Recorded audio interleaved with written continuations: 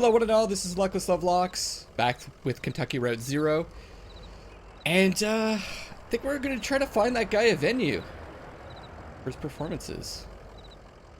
Let's take off.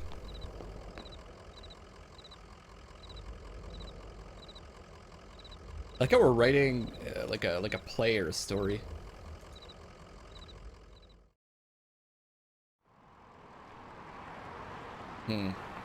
Look at our notes here for a second. On ramp. Iteration Sequoia Falco. I wonder if this game is randomized. That's all I have, so I don't have notes on the guy's looking for. We haven't gone this way yet, have we? A wreck here. Oh. Huh.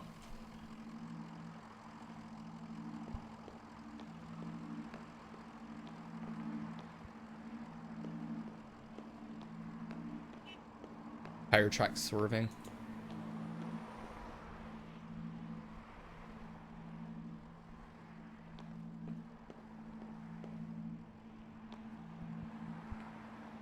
It's interesting, we can't actually leave the light. Conway shakes his head. What a mess, huh? Do you think anyone was hurt?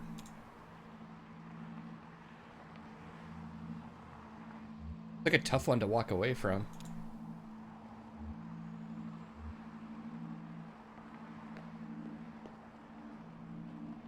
Huh. Are those caskets? Those look like caskets. Weird.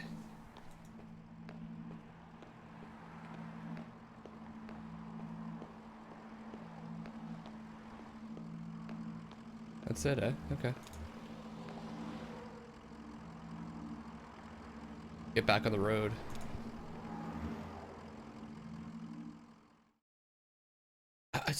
I don't know, I'm like so like I don't know what to say about this game so far. Very strange. As far as we can go, right?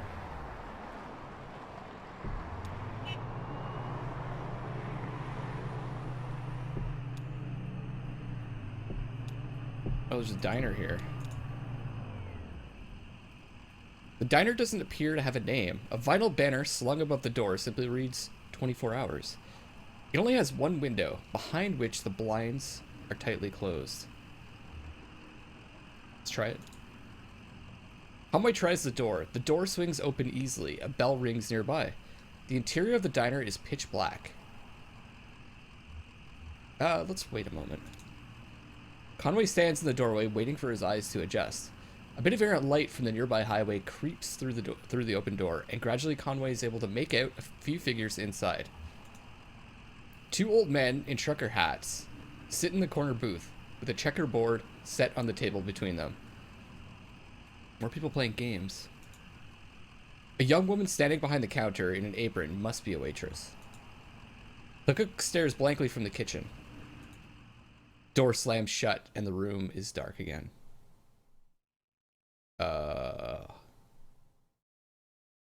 Sit down? He hits his knee on something hard and metallic, winces quietly, and then carefully finds his way to a stool. He places his hand on the counter. Another hand, a young woman's, rests itself on his. She guides his fingers to a laminated menu. Conway closes his eyes, opens them. Maybe closes them again. Impossible to differentiate. It's a basketball game, sure. The Wildcats are struggling, but today's was an important game. They could have rallied. Perhaps the waitress heard the game from the kitchen, or maybe she's a fan herself. Conway clears his throat. Feels a warm hand against his cheek and freezes. Her fingers run across the stubble of his chin. It feels like apologizing. She leans forward. So does he. That's it? And the diner's gone. What?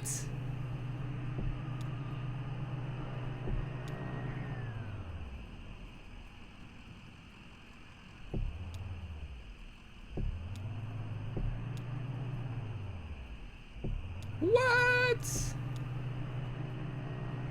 Hydro Road. Can't go down.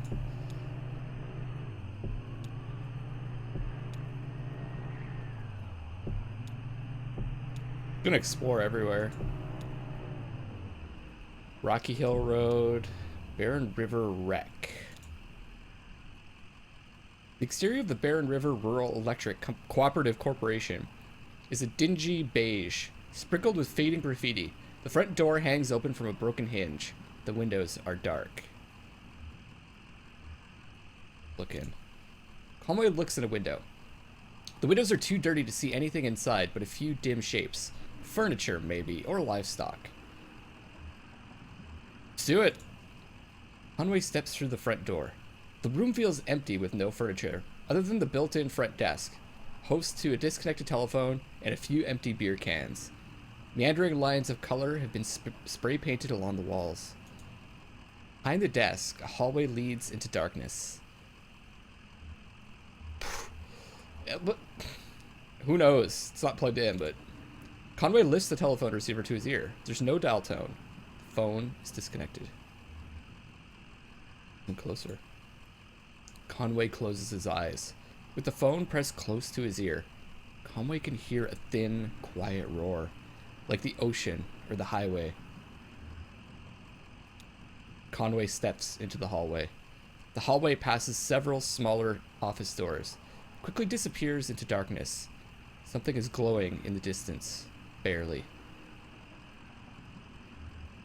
Might as well try an office or two. Conway tries a few of the office doors. One of the office doors is still locked. Another has been broken open. The door handle bent awkwardly inwards and embedded into the wood. But it's jammed against a filing cabinet. On closer inspection through the crack in the door, the whole room is filled with filing cabinets and other disused furniture. The hallway passes several small office doors. It quickly disappears into darkness. Something is glowing in the distance. Barely. Eerie. Conway walks to the dark end of the hall. The door at the far end of the hallway is tightly closed, but a warm glow bleeds in from its edges. Conway opens the door at the end of the hallway. The handle is loose, and the door swings open easily. The hallway fills with warmth, light, and the smells of smoke and coffee. About a dozen men and women sit around a campfire in the middle of a large room. Cubicle walls have been cut into pieces, some leaning up against the walls, and some arranged into stacks of firewood. One of the women waves to Conway and offers him an empty chair. It's missing wheels, but it's comfortable and easily adjustable to his height. Someone takes a pot hung above the fire and pours coffee into a styrofoam cup. Conway accepts it, and they all return to watching the fire.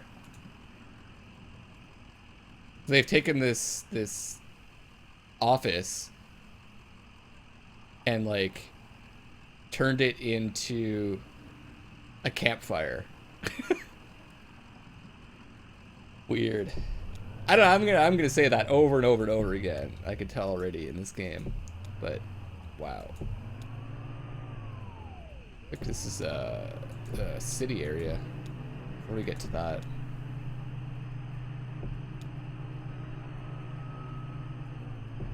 See if I missed anything here.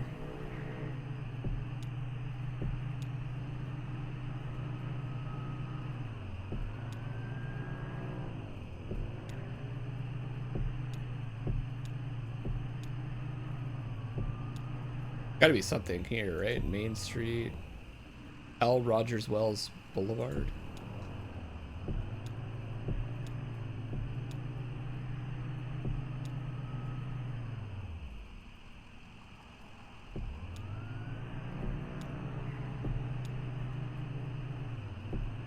Veterans Outer Loop. Nothing in this city? Weird.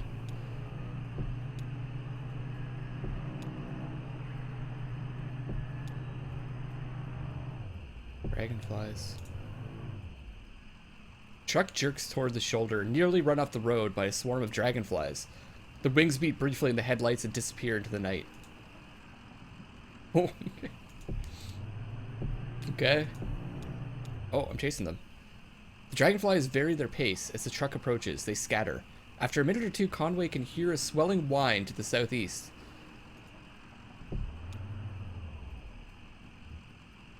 House? The truck pulls up to a house with an intensely bright porch light. A cloud of dragonflies swells around the light, darting, hovering, turning at right angles. There are no lights on in the house. A stencil on the mailbox reads 2880 Beaker Boulevard, and below, written in marker, no solicitors. I work for long hours and retire early. Dragonflies seem to bring us to the house. Coral Hill Road.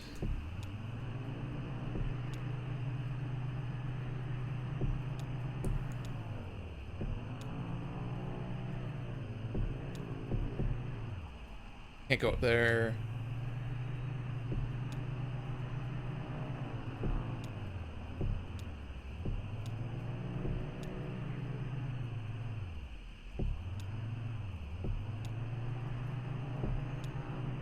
The on-ramp. Look at our notes. We got Marquez's workshop. Mines.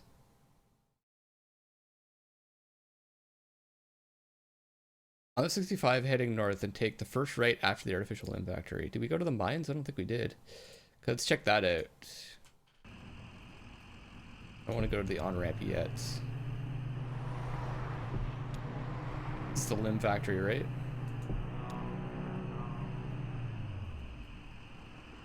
Did I hear someone talking?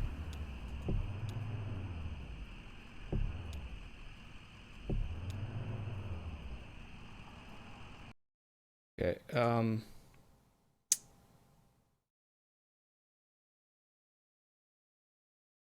first right at the artificial limb factory. This is the artificial limb factory, right?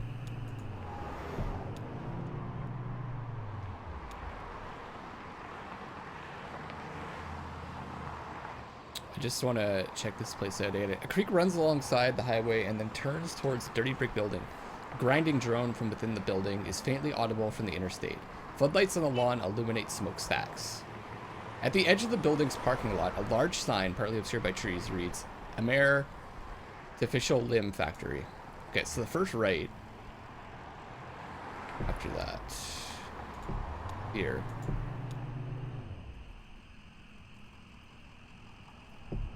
But keep going straight up.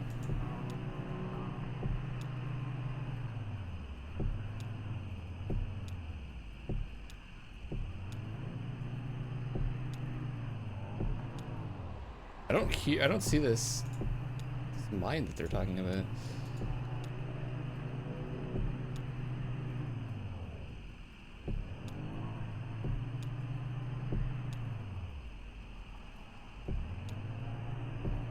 Okay, let's take the on-ramp.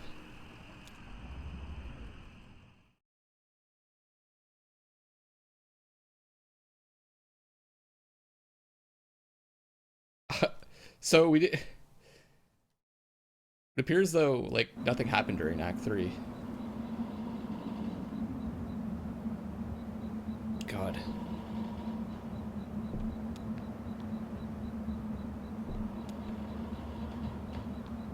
Entrance.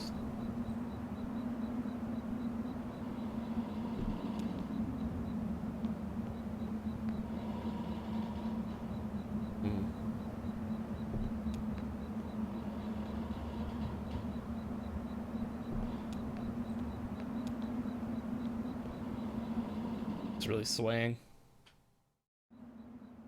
Oh, there's someone. Shannon speaks into the large brick cell phone held up to her ear. Wait, are we playing as Shannon now?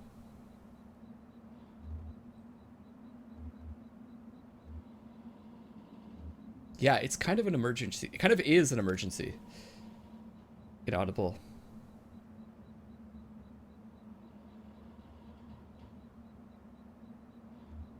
But I can trust them not to just change the locks?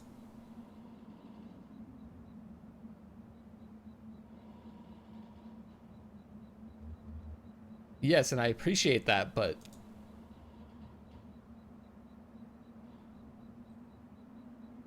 Who's she talking to?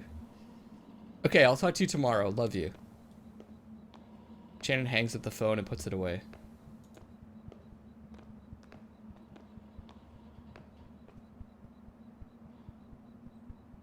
Conway's a stranger now.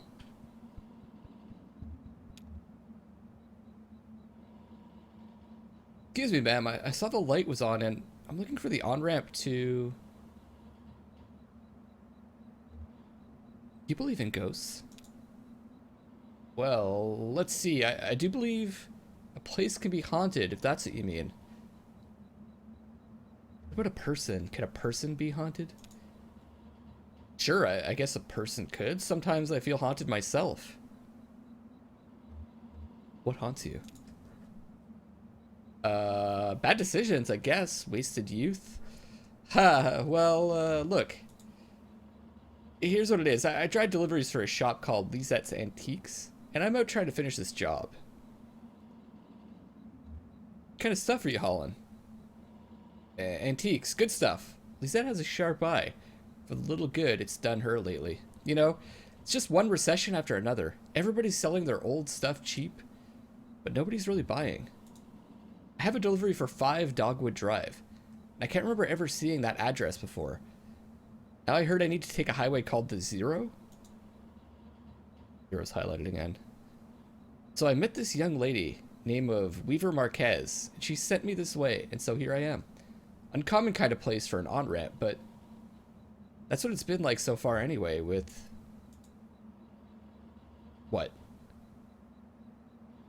Now we're picking Conway's dialogue. Weaver Marquez, do you know her? So you saw her tonight? I know Weaver, she's my cousin. I'm Shannon Marquez. Oh, you're the one who fixes televisions. That's right. Did she tell you that too? Of course she did. Weaver doesn't lie. One time when we were younger, she told me my dad had been in a terrible car wreck. There was crushed metal everywhere. We'd be hearing it echo through the house for years, she said. I was very upset, crying, and then my dad walked in the door. Just come back from a trip to the junkyard collecting scrap metal to fashion into wind chimes. Huh. Oh, I see. So her way of speaking isn't lies. She just, the way that she puts it might make it sound like a lie. He was in a car wreck searching for metal and he was going to make wind chimes out of it. I was angry, but she said it wasn't a joke and it wasn't a lie. At the time, I thought she meant it was a riddle. She meant it as a riddle or a puzzle. But Weaver's not a puzzle. She's a mystery. So what are you doing down here, Shannon? I talked to Weaver earlier this evening, too. Or, anyway, she talked to me.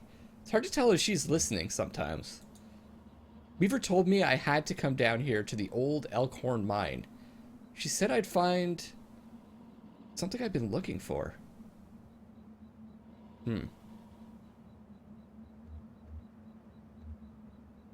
Where did you see Weaver?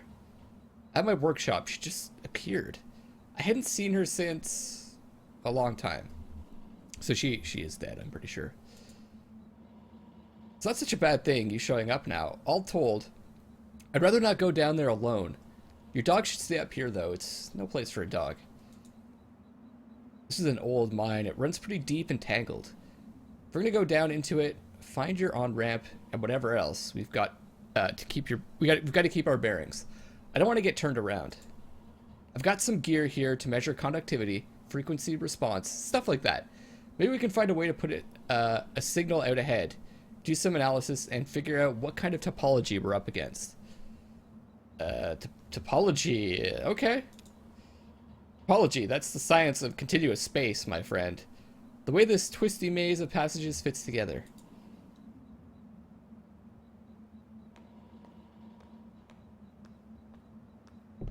Now we're Conway again.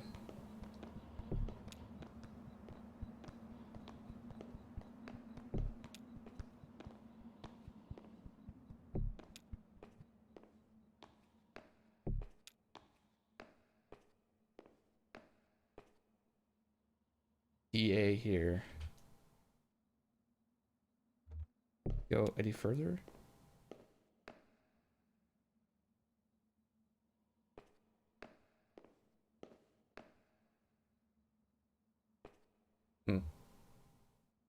Okay.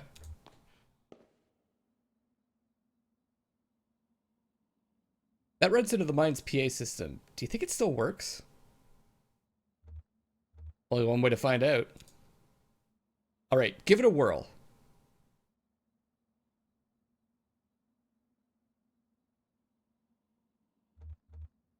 How big is this place? Nothing. Oh, there's no power. Yeah, okay. Even when this old mine was up and running, it was tricky to keep stuff powered. You know, the miners used to have to pay just to run the fans and the lights. Yeah, they got paid in these shitty plastic tokens. Coal script, you know? And if you want to run the fans for a bit to clear the air up, well, you have to put a token in. My parents used to work here. So did Weaver's parents.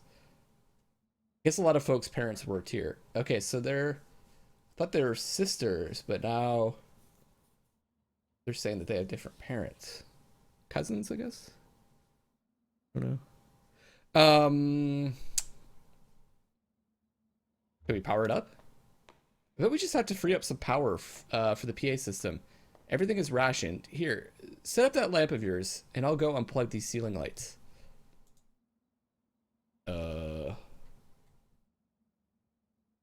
Try to think of something clever to say. That's me. I heard the speakers back here crackle a bit. It's on now, right? Try saying something into the mouthpiece. Well, okay, I hear you. We need to measure the echo delay time and figure out how deep the tunnels run. Just make some noises into the mouthpiece.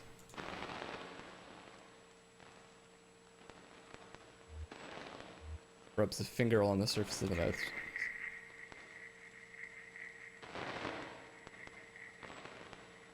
Comes a deep tone into the mouthpiece.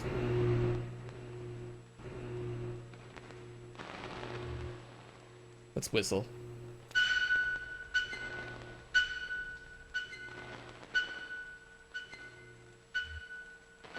Damn, that's a long delay. These tunnels run deep. I bet some of them have ruptured or joined up with a cave system. Alright, I set up my spectrum analyzer. So just say something into the mouthpiece. We can get a sense for how narrow the mine tunnels are. Don't be shy. Just say anything that comes into your head. Tell me a story about something, or what did you have for breakfast today?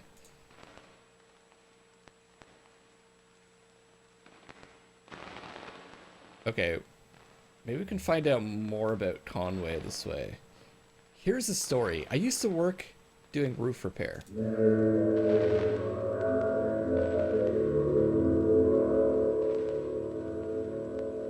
We even fixed up a church roof once.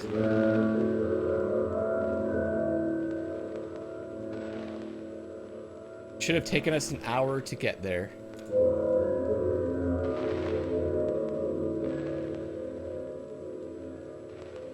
But I was too hungover and we ran late.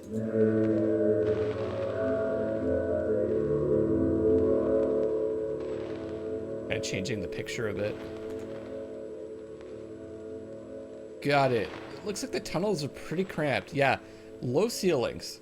Hope you're ready to stoop a bit. You're probably used to it. One more test. We just need to know if the air is breathable, or if it's too thin or too dense. Just sit real close to the mouthpiece and breathe. I'll measure the resonance of your breath with the air in the tunnels. Just try to relax. Try to breathe naturally. Breathes and thinks about the road.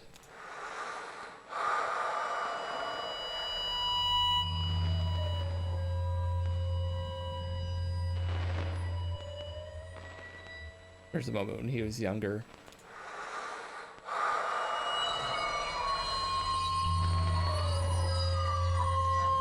Sounds like almost like police sirens.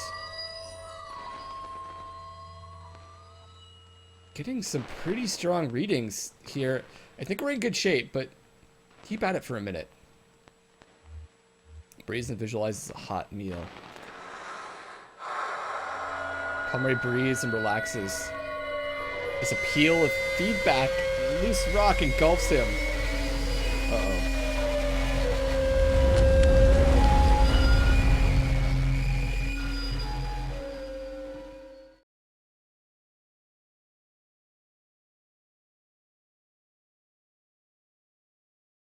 Not a good sign.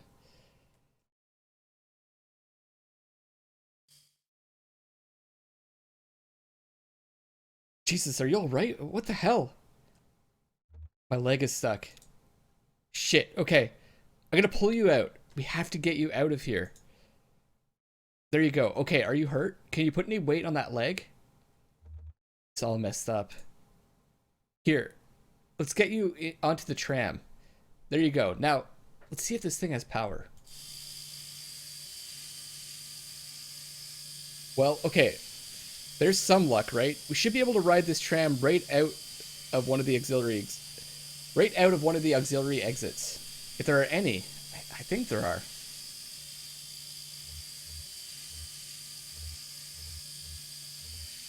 What about Weaver? We'll just find the exit and then figure out what to do from there. That's our first priority. So, the controls are over on your side. Let's get moving.